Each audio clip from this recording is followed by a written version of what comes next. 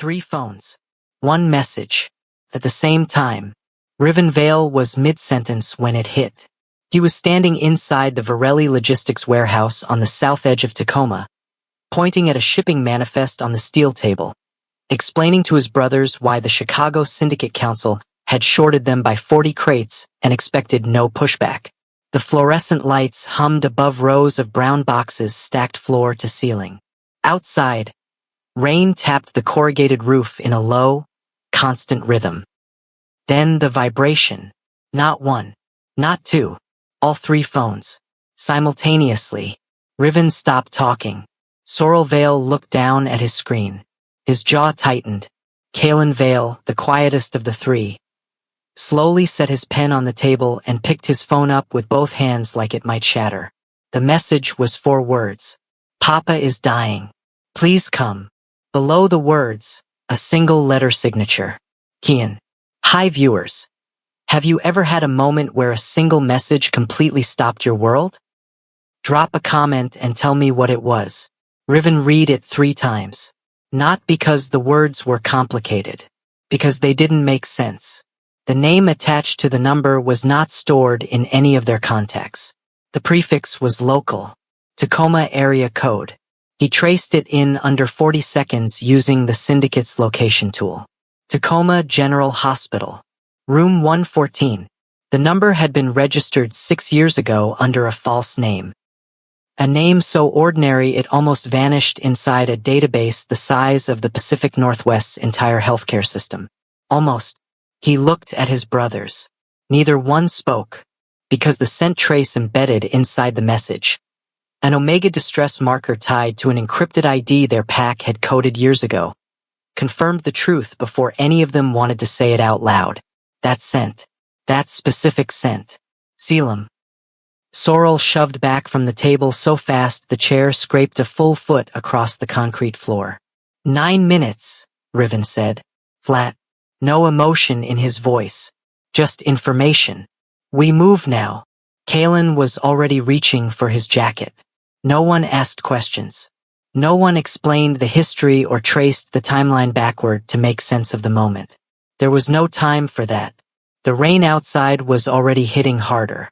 The warehouse doors banged open.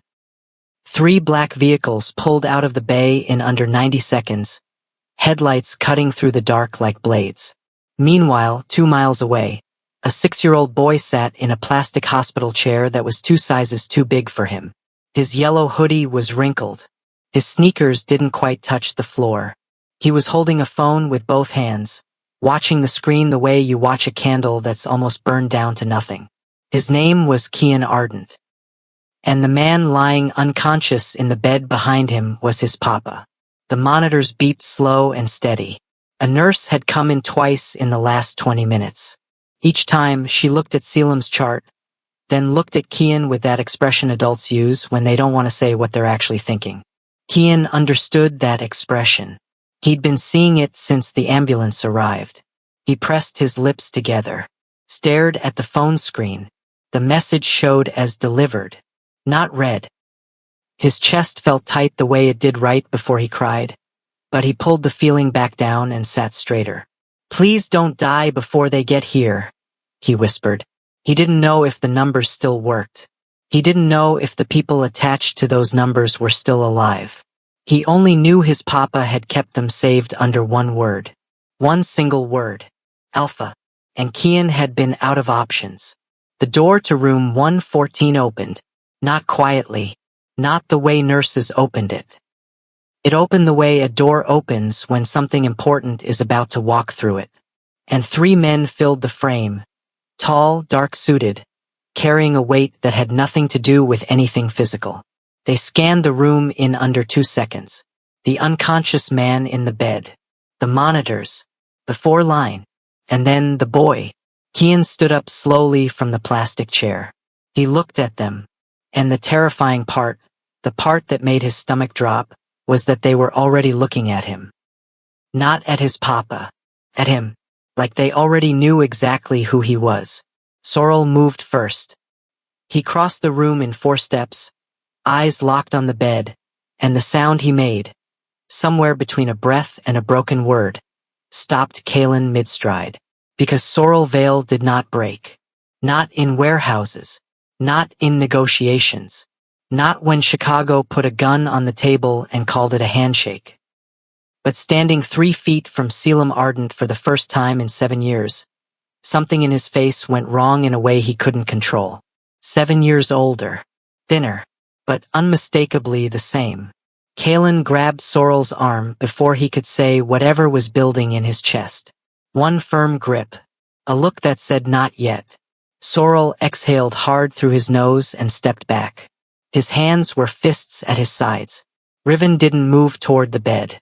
He moved toward the boy. Kian hadn't sat back down. He was still standing beside the chair, watching the 3 men with eyes that were measuring everything. The way they moved, the way they looked at each other, the way none of them had announced themselves or shown credentials or said a single normal thing a normal person would say walking into a hospital room. Smart. Riven crouched down until he was at the boy's eye level. Up close, the resemblance wasn't a question. It was a fact sitting directly in front of him. The jawline, the set of the eyes, the way the child held himself like he was bracing for something. Riven's chest did something he didn't have a name for.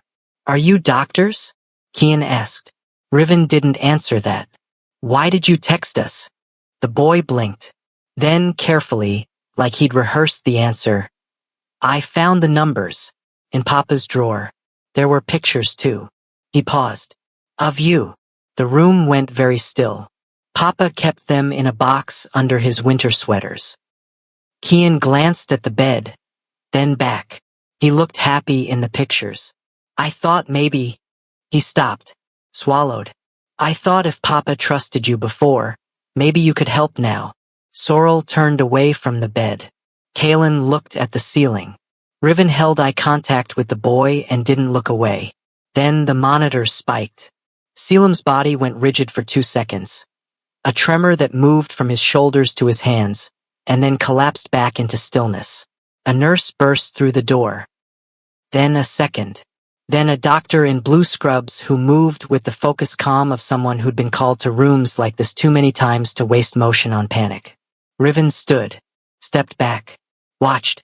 The doctor stabilized the readings, adjusted the drip, then turned toward Riven with the kind of look reserved for whoever appeared to be in charge. "Your family?" the doctor asked. Riven answered without hesitation. "Yes."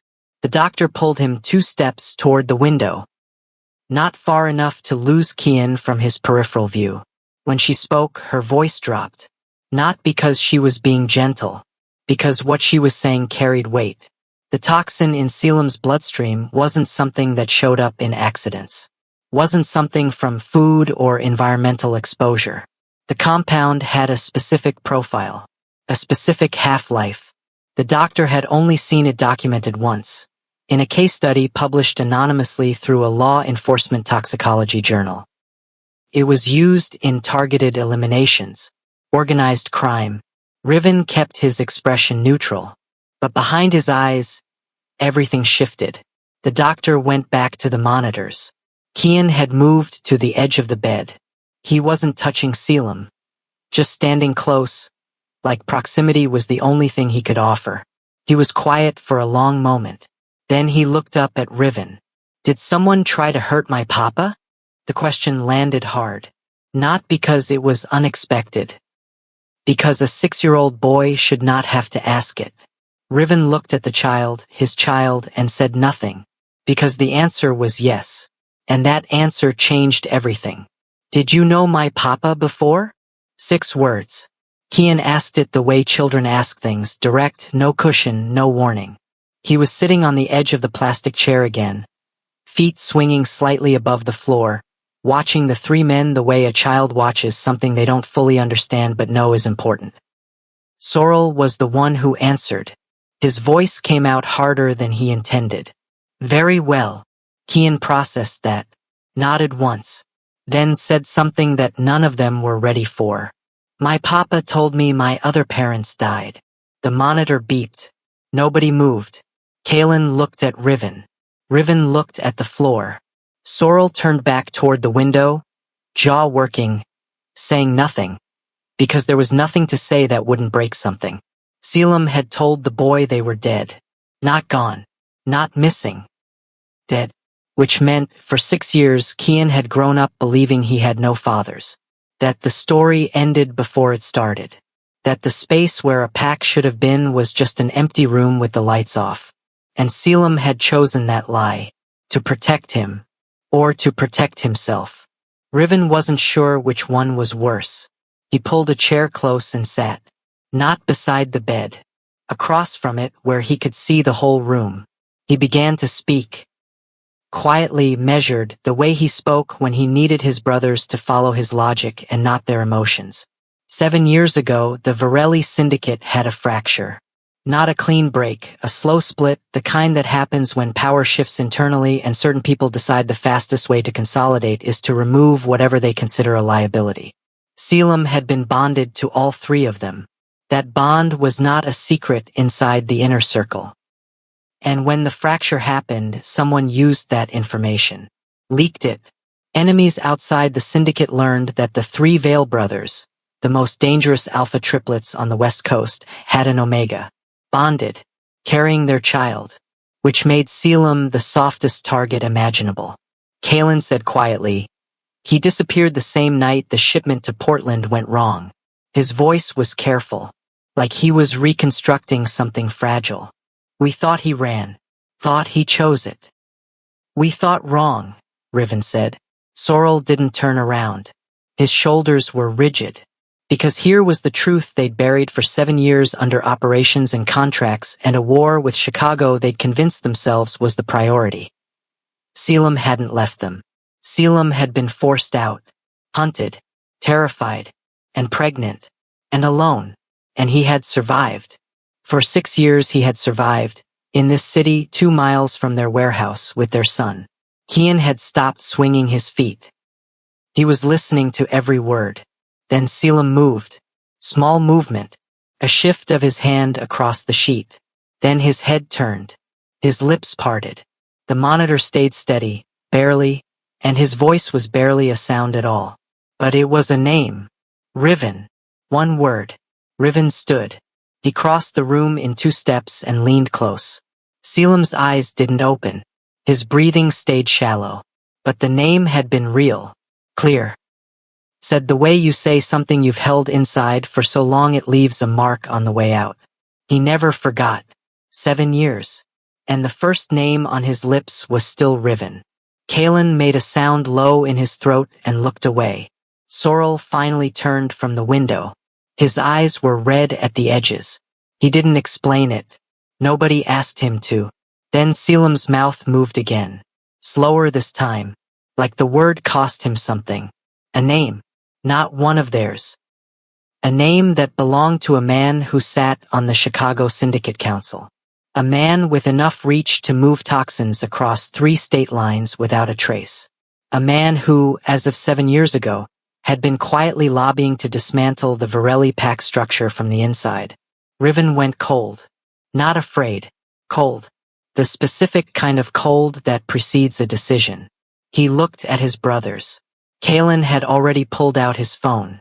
The name Selim had just whispered wasn't a coincidence. It was a confession. Riven didn't raise his voice. He never did when things got dangerous. That was the tell most people missed. The quieter Riven got, the more serious the situation had become. He turned from the bed, walked 3 steps to the corner of the room, and faced his brothers with his back to the wall. Old habit. Always faced the door. If Chicago sent that toxin, he said. This wasn't an execution. Sorrel's eyes narrowed. Then what was it? A test. Riven kept his voice flat. They wanted to see if anyone would come running. Kalen absorbed that immediately.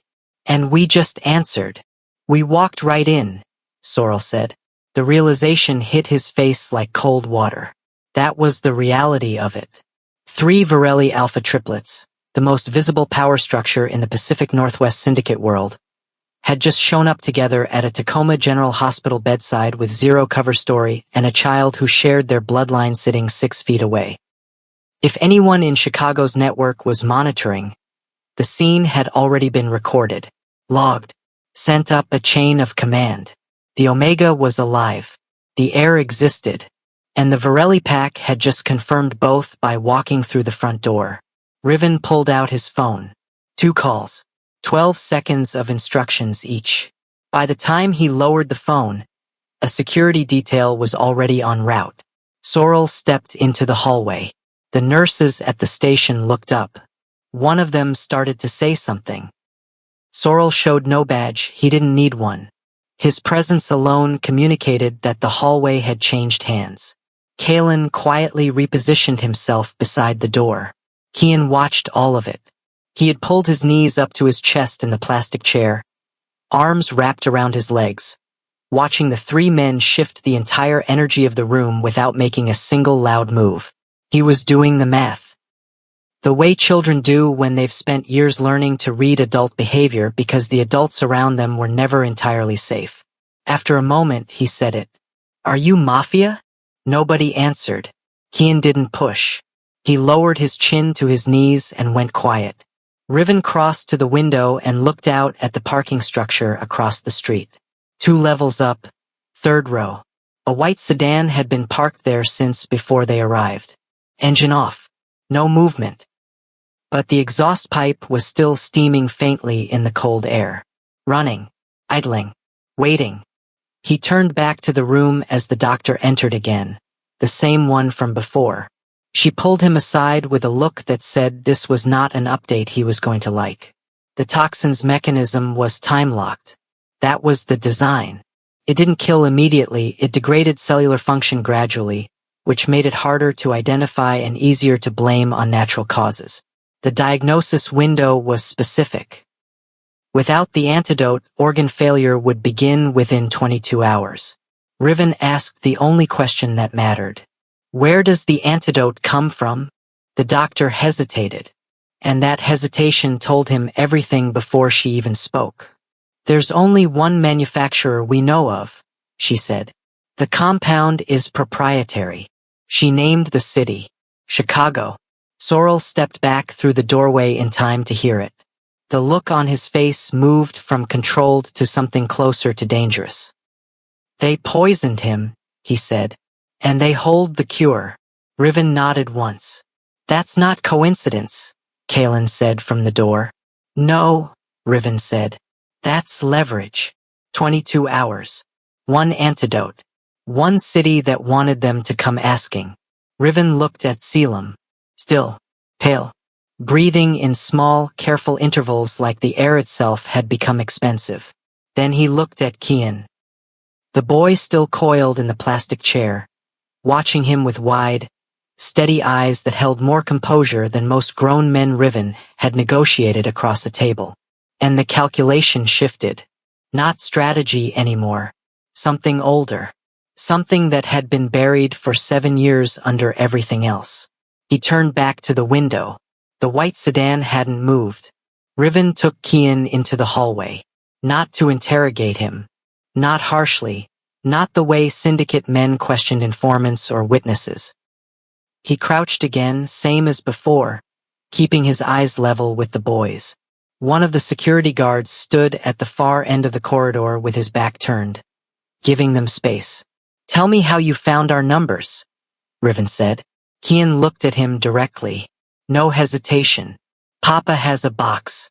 Under his sweaters in the closet. He keeps it locked, but I know where the key is. A pause. I wasn't supposed to look in it. But you did. Papa was getting sicker. He wouldn't tell me why. The boy's voice stayed even. I thought maybe the box had something. A doctor's number. Or someone who could help. Riven waited. There were pictures. Kian's eyes went somewhere slightly distant. Papa was smiling in them. Like really smiling. Not like how he smiles at me when he's tired and trying not to show it. He looked back at Riven. The 3 of you were in everyone. Everyone. Not a few. Not 1 or 2 from a single occasion. Every photograph in a locked box kept under sweaters for 6 years featured the same 3 men. Selim had documented them, preserved them, hidden them carefully enough that no one searching his apartment would find them, but kept them close enough that they were still there. Still real, Kian said quietly. I thought if Papa trusted you once, maybe you could save him again. Riven stayed where he was. Sometimes the clearest thinking comes from someone who hasn't yet learned to complicate the truth. He looked at the boy, at the structure of his face, the stillness in him, the way his hands stayed relaxed at his sides even though his entire world was currently imploding, and felt something move through his chest that had no tactical use whatsoever. His son had called them, not because of bloodlines or syndicate protocol. Not because someone explained legacy to him or told him who his fathers were, but because a 6-year-old boy found photographs of 3 men making his papa happy and decided that was enough reason to reach out. Riven stood slowly. He was about to speak when Kalen appeared at the end of the hallway. One look. Cameras on the east side picked up 2 vehicles, Kalen said. Low. Controlled. Black SUVs. No plates. Parked outside the ambulance bay. Sorrel appeared behind him. I count 4 men on the ground. Suits. Earpieces. Riven calculated fast. How long? They pulled in 12 minutes ago, Kalen said. Same time we locked down the floor, which meant they had been watching the hospital before the lockdown. And they had moved when the Vale brothers arrived, not before. That was the confirmation. This wasn't a random surveillance team. This was a response. A countermove to the countermove. Chicago had been waiting to see how fast the Varelli pack would surface.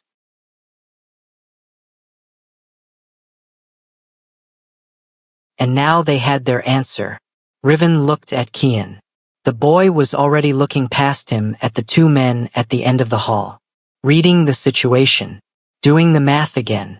Are those bad people? He asked. Riven turned toward his brothers. Prepare for contact, he said. Sorrel's hand moved to his side automatically. The convoy outside the ambulance bay wasn't waiting any longer. The elevator at the far end of the floor dinged once. The doors opened, and the men in Chicago suits stepped out. 4 of them, moving in formation down the corridor like they already owned the floor, and the moment they made eye contact with Riven Vale, both sides understood exactly what was about to happen. This wasn't a visit. This was a move. If Kian hadn't opened that box, if he'd never found those photographs, would any of them have made it in time? Drop your thoughts below. And the real question, now that Chicago is standing in that hallway, what do you think Riven is about to do? For men. One hallway, and Riven Vale standing in the middle of it like a wall. The Chicago representatives didn't announce themselves. They didn't need to. The lead man, tall, gray-suited, with the kind of stillness that comes from years of delivering bad news professionally, stopped 6 feet from Riven and let the silence do the first round of talking. Behind Riven, Kalen had already shifted Kian back toward the room. One hand on the boy's shoulder. Gentle. Firm. The gray suit spoke first. Mr. Vale. His voice was unhurried. We're here on behalf of the Chicago Council. The individual in room 114 is registered as a material asset under the terms of the 2019 Pacific Accord. Sorrel made a sound that was not quite a laugh.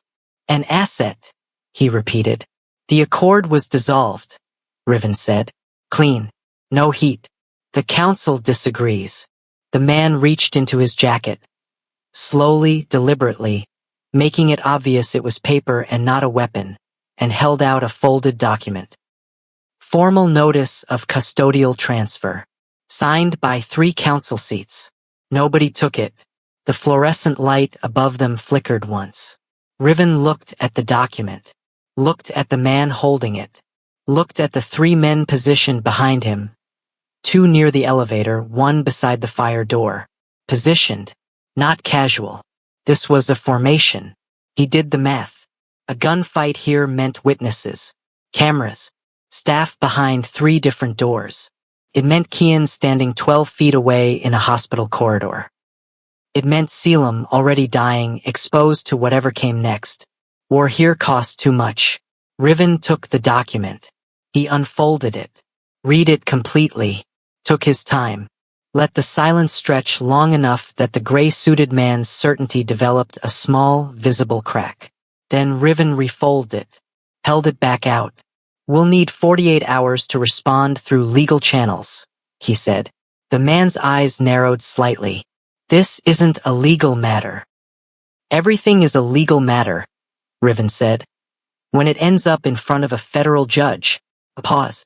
24 hours, the man said. Then the council moves without your cooperation. Riven nodded once. Like the concession cost him nothing.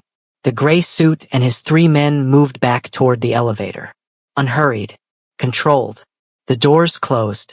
Kalen appeared at Riven's shoulder the moment they were gone. You're stalling, he said.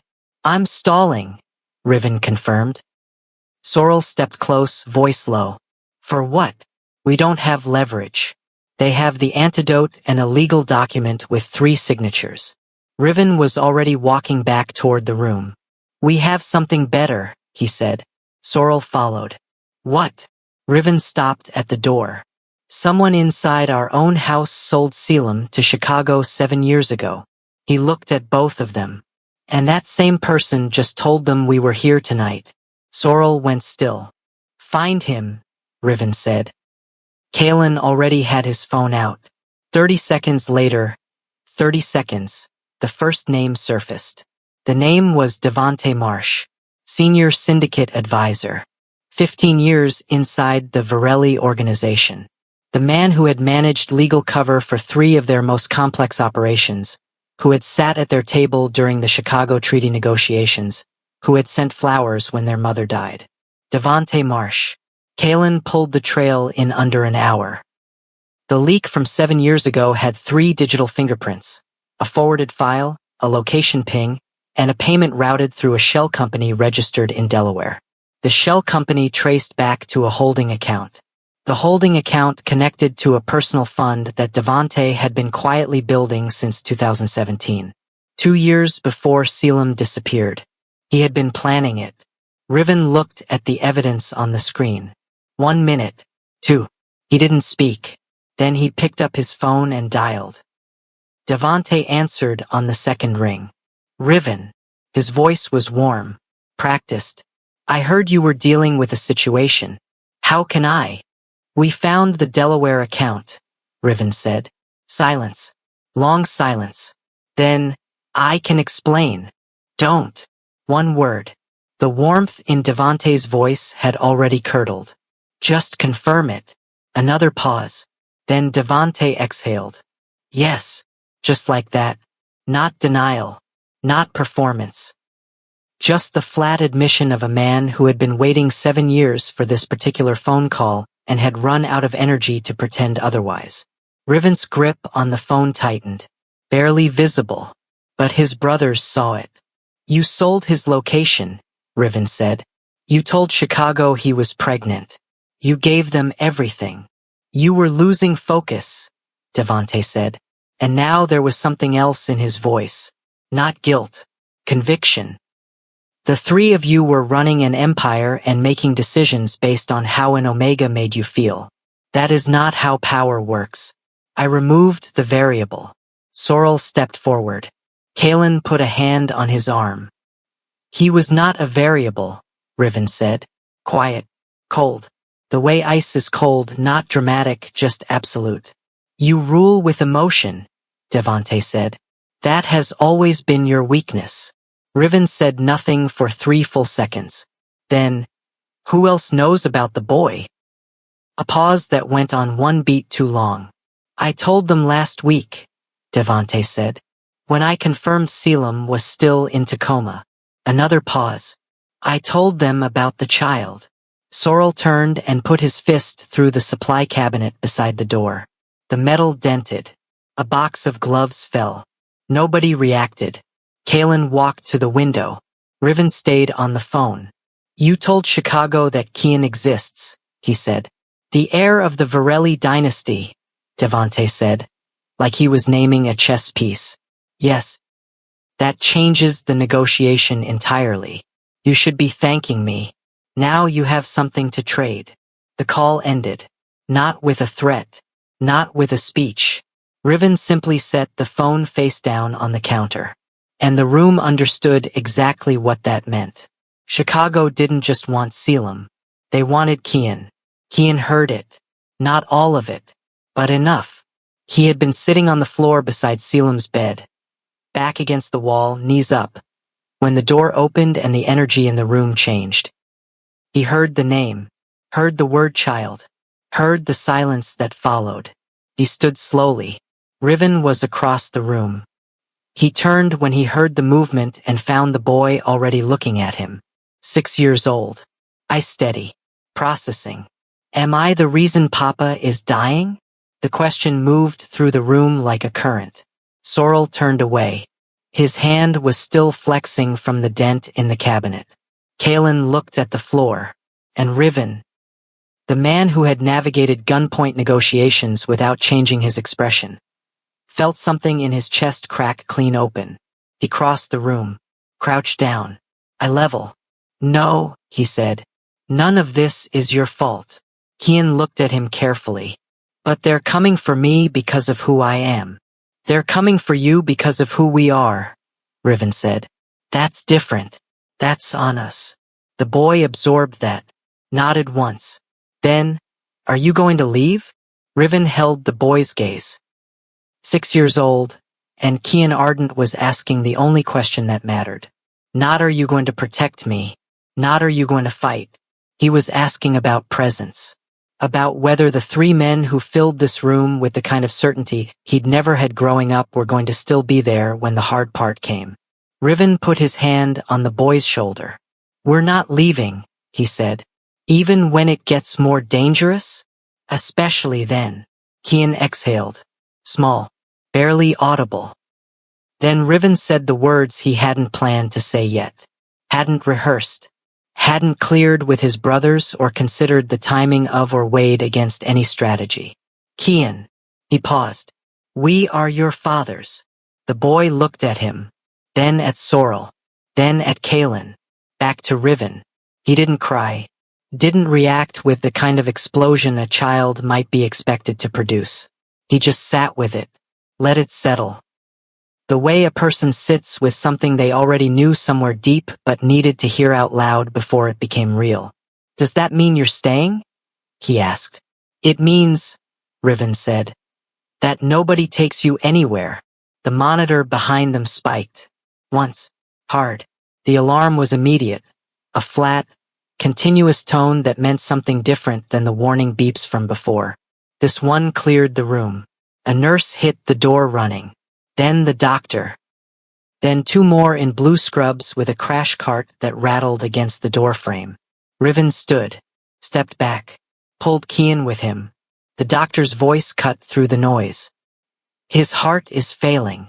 Kian's hand found Riven's without either of them deciding it, and held on. The antidote arrived in a gray cooler. No markings, no syndicate seal, carried by a single man, older, heavy-set, moving with the quiet efficiency of someone who had learned long ago that speed matters more than ceremony. He identified himself as a representative of the Delacroix faction, neutral ground, the third power in a city that most people believed was a 2-player game. He set the cooler on the counter. Then he set a document beside it. Riven looked at the document first. 2 pages. Dense language. He read it the way he read everything. Completely, without rushing, without letting his face show what he was finding. When he reached the condition, he stopped. He read it again. The Varelli Alphas were required to formally end their active conflict with the Chicago Council. Full ceasefire. Binding arbitration clause. No retaliatory action against council members or their holdings for a period of no less than 5 years.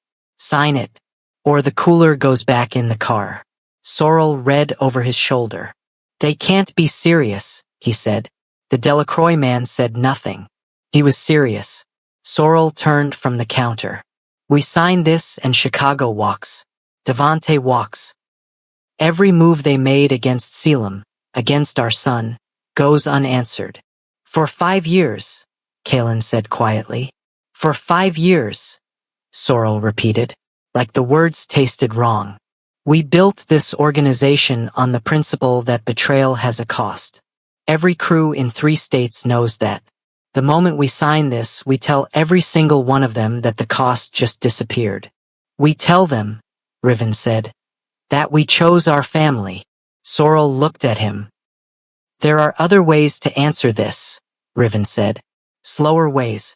Ways that don't require a hospital hallway and a 6-year-old boy watching his papa die by the hour. He held the document. Selim has 22 hours. Less now.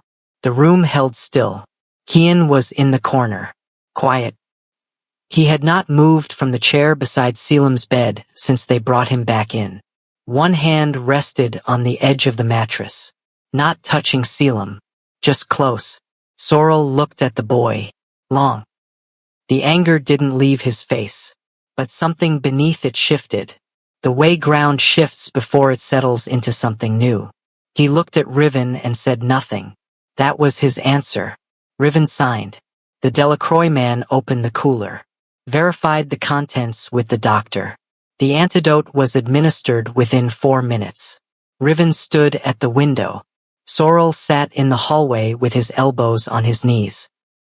Kalen stayed in the room, arms crossed, watching the monitors with the focused stillness of a man who needed something to watch, so he didn't have to think. 12 minutes passed. The monitors stayed steady. Then one long flat tone. The doctor moved fast. Kian stood up from the chair. Riven turned from the window, and Selim's heart stopped. 41 seconds. That was how long it took. 41 seconds of flat tone, of hands on a chest, of a doctor calling numbers that meant nothing to anyone in the room except the people in blue scrubs following them. 41 seconds of Kian standing absolutely still beside the bed with his hands at his sides like he was holding himself together through pure physical effort. 41 seconds. Then the monitor spiked. Once. A beat. Another. The doctor stepped back. Exhaled. Said something quiet to the nurse. The room didn't celebrate. It just shifted the way pressure shifts when a door finally opens. Kalen put both hands over his face for 3 seconds, then lowered them and said nothing. Sorrel pressed his back against the wall and stared at the ceiling. Riven didn't move from the window. He just closed his eyes. For hours later, Selim woke. Not dramatically. Not all at once. He surfaced the way a person surfaces from something deep. Slowly, with effort, blinking at light that seemed too bright for a room that was barely lit. His first breath was audible. His second was steadier. The first thing he heard was a voice. Low. Quiet. Beside him. I'm here. Selim turned his head. Riven was sitting in the chair closest to the bed. Jacket off. Sleeves rolled. Looking like a man who had not moved in 4 hours and had no intention of moving anytime soon. He wasn't performing anything. Wasn't arranging his expression for the moment. He was just there. Selim's eyes filled. He didn't speak immediately. He looked at Riven the way you look at something you convinced yourself was gone, carefully, like the looking might end it. Then he looked past him and found Kalen standing near the door. And Sorrel, sitting on the floor with his back against the wall, who looked up when Selim turned and immediately looked away, jaw tight, doing the work of not falling apart in real time. 7 years. Right there in that room. 7 years of distance and silence and a locked box and photographs kept under sweaters. Selim's voice, when it came, was barely above a whisper. I never stopped waiting. Riven leaned forward, elbows on knees. He didn't have a speech, didn't have a plan for this part. He'd managed negotiations across state lines, handled enemies on 2 coasts, read rooms that most men couldn't survive walking into, and right now, facing this, he had nothing prepared. So he said the only true thing. Neither did we. Kian appeared at the edge of the bed. He had been sitting in the corner so quietly that the moment felt almost private. But he climbed up now, carefully, avoiding the 4-line, settling himself between Selim and the space where Riven sat, and pulled his knees in and just stayed there. Selim reached over slowly and put his hand on the back of Kian's head. Kian leaned into it. The reunion was not perfect. Understand that. 7 years doesn't dissolve in an afternoon. There were things that hadn't been said yet. Questions without answers. A conversation about disappearance and survival and what it cost. That conversation was still coming. Sorrel's anger hadn't gone anywhere. Selim's fear hadn't fully left his body. The treaty on the table had changed the board but not erased what was written on it. None of that was resolved. But the family was in the same room. That mattered. Riven sat back in his chair and looked at his brothers. Then at Kian, who had fallen asleep against Selim's side with his yellow hoodie bunched up under his cheek. Then at Selim, who was watching all three of them with the quiet, careful look of someone learning to trust a thing they'd already lost once. Riven thought about the document he'd signed. 5 years. He thought about Devante, about Chicago, about the gray-suited man in the hallway who had handed him a document like it was an ending. It wasn't an ending. It was a pause. And in that pause, in this specific, quiet, fluorescent-lit hospital room at 2 in the morning with the monitors beeping steady and the rain still tapping the window and his son asleep and his Omega breathing, Riven understood something he hadn't been able to name before. Power isn't winning wars. Pause. It's knowing which ones to end. He looked at Selim one more time. Selim looked back. And this time, they chose their family first. That is how it ends. Not with a gunshot. Not with a throne. With a boy in a yellow hoodie falling asleep between the people who almost never found each other. If the story moved you, share it. Leave a comment below and tell me, what would you have done in Riven's place? Sign the treaty, or go to war for the people you love? Subscribe and turn on notifications so you never miss a story on this channel. Every episode here is built for people who believe that real strength isn't about how much you can take. It's about what you choose to protect. See you in the next one.